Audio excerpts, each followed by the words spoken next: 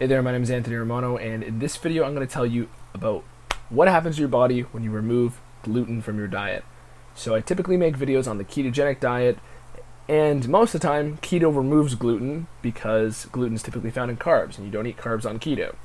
So there's a lot of benefits that carry over to that, but I'm going to focus particularly on gluten and explain to you what actually happens when you remove gluten from your diet, even if you're not celiac or gluten intolerant.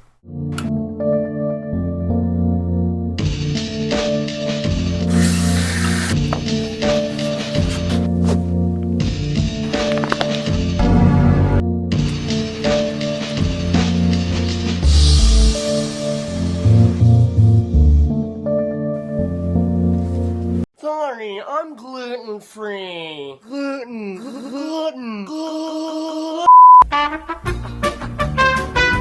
So, there was a big buzz for gluten-free and foods without gluten over the last decade. And actually, maybe the decade before too. When I was growing up, it started kicking off.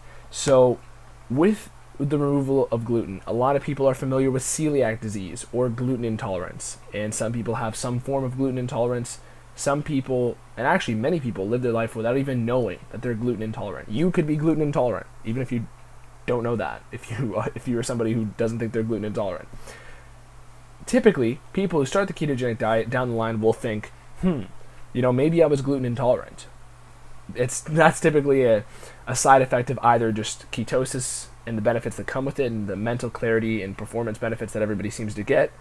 But the other side of the coin is maybe you were just gluten intolerant, and that amplifies those benefits that you get from ketosis. So, as far as gluten and what happens when you remove it, for people with celiac or gluten intolerance, gluten is like the sticky protein in grains, okay? And for celiac people, their body has an inflammatory response to consuming it. It has an autoimmune response, particularly, and that means that their cells start attacking themselves in response to the gluten. So it inflames you, and then your body has an autoimmune response to the gluten.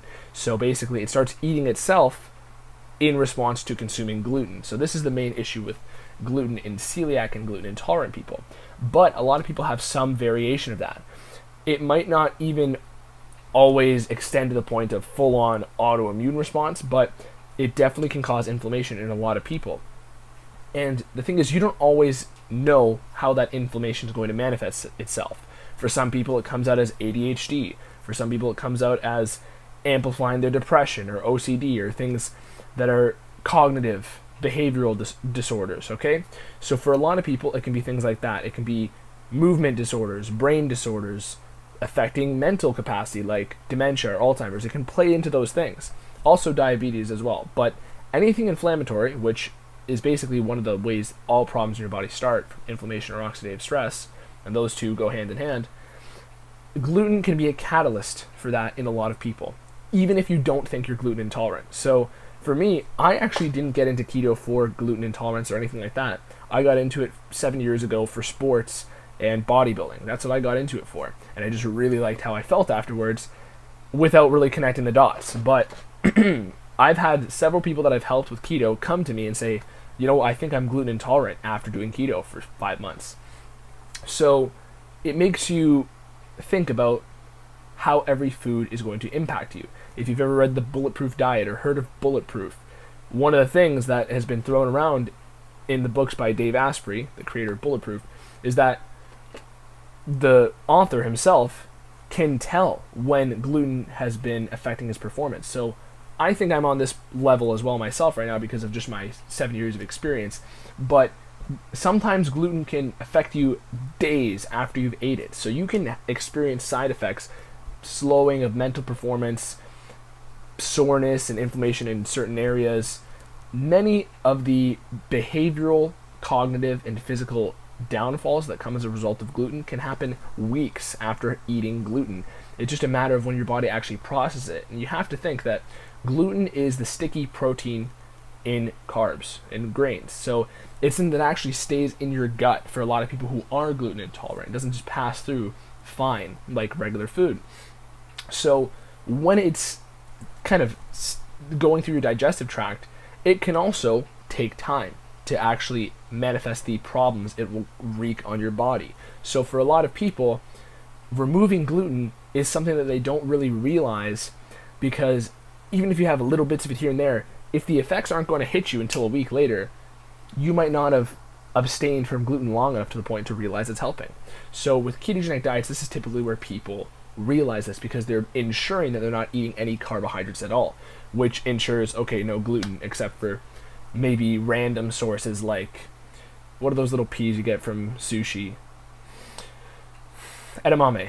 Edamame, I think, is a sprout that has gluten in it. So there's other random sources, but it's mostly in carbohydrates and grain products. For me, I know the ketogenic diet preserves my mental performance. I speak a lot smoother when I'm on keto, and even of the times that I'm not in keto, removing gluten is beneficial. I have another video on how to properly cycle keto and how to properly quit keto, which basically means how to go back to a carbohydrate lifestyle for some parts of the year and bounce back in and out and incorporate them for a couple weeks and jump back in and out. And one of my recommendations is that avoiding gluten at first is something you really want to stay dedicated to, because gluten in itself can inflame you, okay? And this is the whole thing. It's a sticky protein, goes through your digestive tract slowly. This is why children with celiac disease and all the old pictures you might have seen in textbooks have like this gut that just hangs out, because it doesn't pass through the digestive tract that well, and it bloats and inflames. It is literally the inflammatory response that is the problem here. And one thing to keep in mind here too is that gluten is not the same, and grain products are not the same as they used to be hundreds of years ago.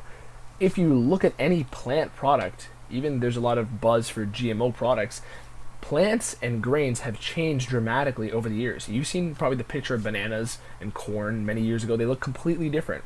And the makeup of gluten in certain grains is also completely different than the ones that we have been evolutionarily accustomed to consuming, and our genes have been accustomed to consuming. So, jumping into our more refined and more processed glutens and carb sources nowadays is probably something we're not really meant to be having. Even with certain gluten foods like gluten-free bread, it might not always fully remove the gluten. It might just be saying that. It's one thing for, a bag of potato chips to say gluten-free because potatoes don't contain gluten anyways.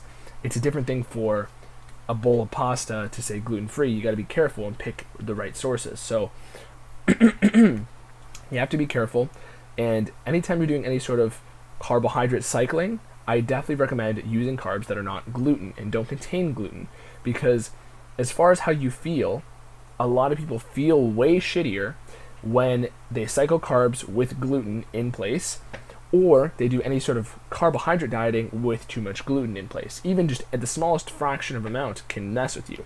So removing it typically is better. And I mean, that's not always practical to ensure that you get everything gluten-free, but if you're somebody who has that autoimmune condition, you definitely know that it's worth it. So for me, I don't have that autoimmune condition. I just simply enjoy the ketogenic diet and bodybuilding and enjoying the way I feel physically in my body as I live my life. So hopefully this gave you some clarity and insight into how gluten intolerance works in everybody, let alone those with celiac and certain conditions. But as far as it affects you in ketogenic dieting, if you have any sort of inflammatory issue, I highly recommend the keto diet to address that, and its removal of gluten is just one arm of how effective it can be. If you want to join my Facebook group, you can join the discussions and express your experiences with people on that group. Link in the description. I also have a free meal plan, free training plan in the description. And beyond that, I will have online coaching available very soon, so I can work one-on-one with you if you are interested in keto bulking, keto cutting, keto lifestyle, keto cycles, everything like that. I want to have a one-on-one arm's reach interactions with you at all times, make a plan for you, get you set up, keep you accountable, help you reach your goals. So that's going to be coming out very soon. Thank you for watching this video. Besides that, leave me some comments if you want me to answer certain questions. Once again, my name is Anthony Romano. Peace.